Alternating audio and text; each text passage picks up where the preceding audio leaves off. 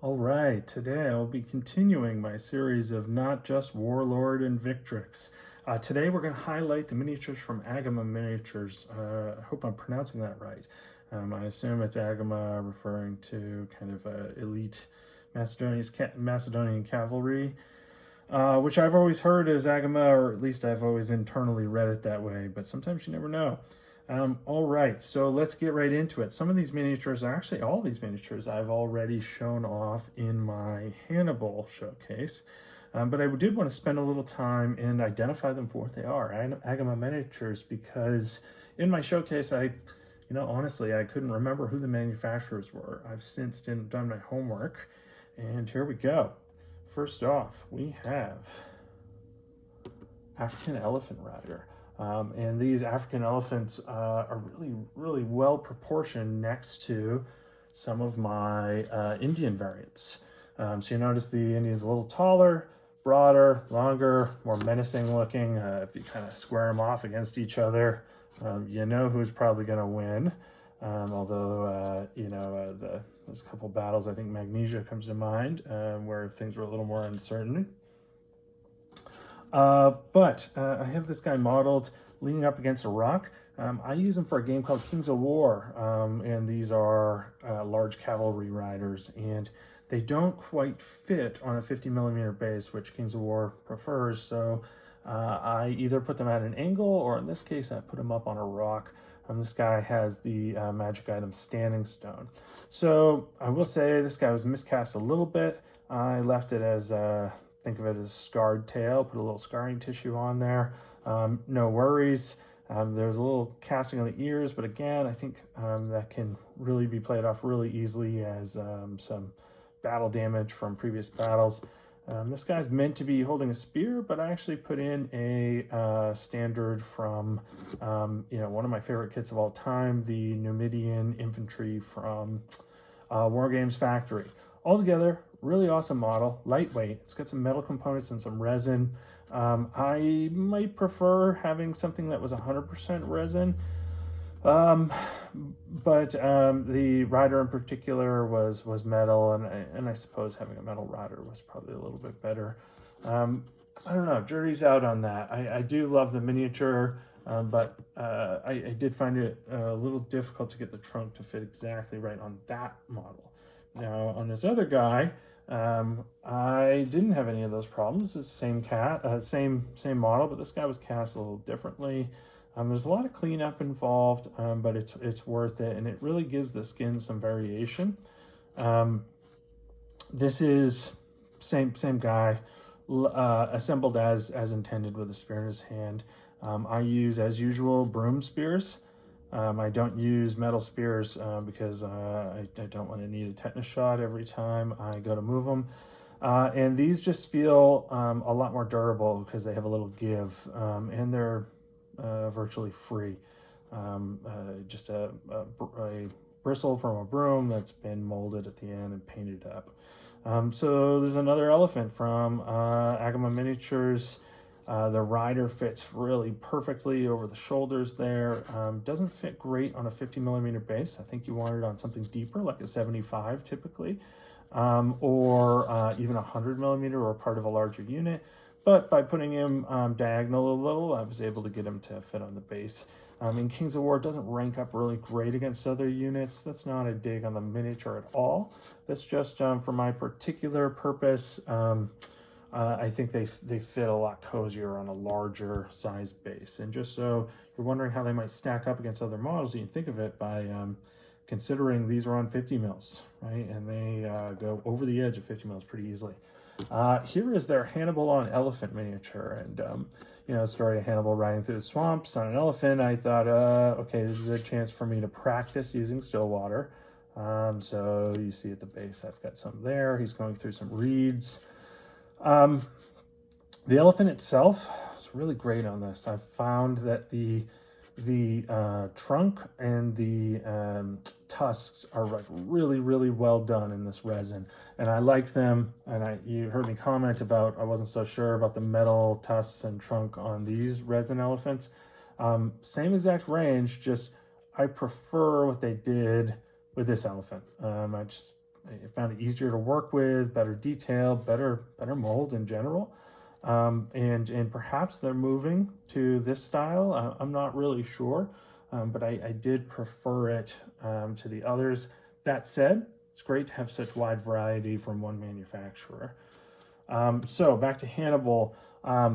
Really love this model. There were a little bit of casting issues up top, and you can still see them where I didn't clean it up perfectly, where I had to cut the resin back quite a bit.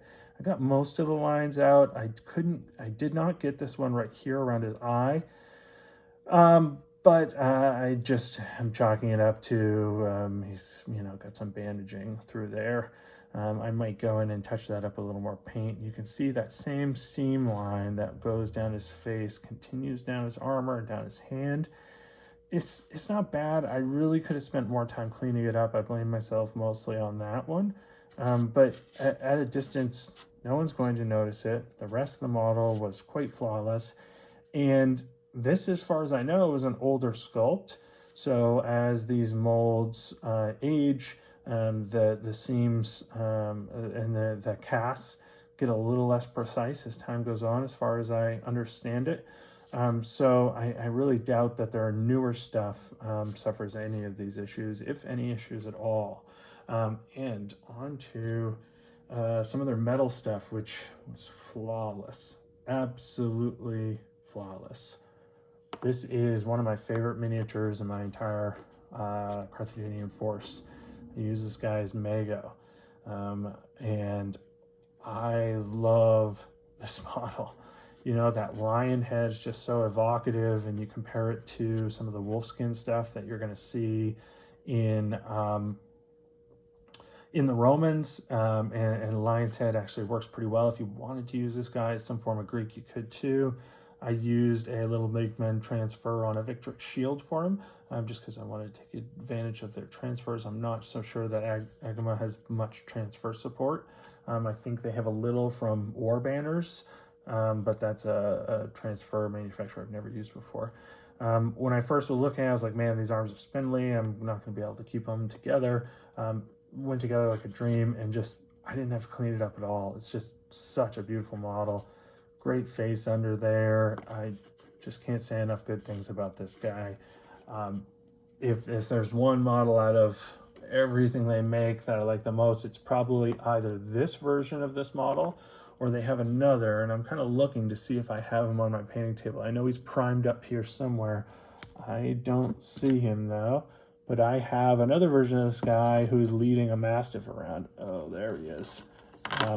I haven't painted him yet, but I'm excited to, because again, like such a cool model, like that giant lion up there, while keeping realistic proportions. It's sometimes you'll see that kind of imagery on a figure, but then it's taking it further into the fantasy. It's really great to see it with a historic. Can't wait to paint that guy up. A couple of my favorite models that they make.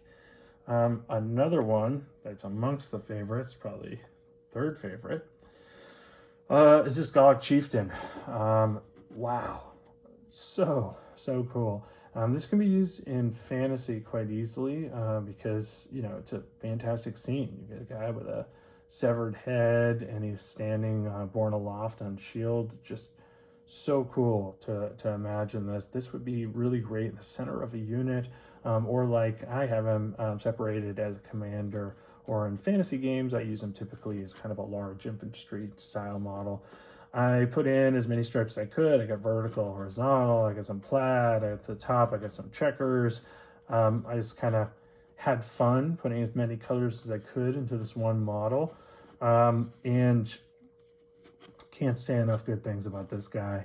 It kind of makes me wish they had a more extended line of Gauls in general, because they did a really great job with these, and I love the mustache on this guy, nice and full. Really great. One thing I'll say is that these feathers in this hand right here, those two are pretty brittle. Those have come off before. I think a really delicate drill like a really fine tip drill, you might be able to get a more secure hold, but honestly, every time it's broken, which has only been once each, I've just reattached it. It hasn't really been a big deal. He himself has come off this shield a few times. That's not the fault of the manufacturer. In this case, I wanted to put a shield transfer on that shield. And when he comes up, it's because he tears the shield with him. So he doesn't have a secure bond against that shield. He's going to, because next time he comes off, I'm going to take an X-Acto knife, cut back the area around his feet and make sure I've got a metal-to-metal bond and score it on either side just to make sure it holds a little better. But again, it's a small price to pay for such a fine miniature.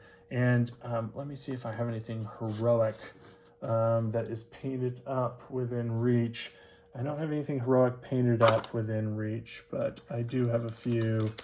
And these are like truly heroic size models. This is a Warhammer model. It was from the Empire range. It was a mail order only kind of limited model way back in the day. He's going to go into my Silver Bayonet crew. You see, he stacks up quite nicely against these guys. Agama, sometimes known for being smaller proportioned, maybe a little more spindly. I think they would say more realistically proportioned, and they'd be right.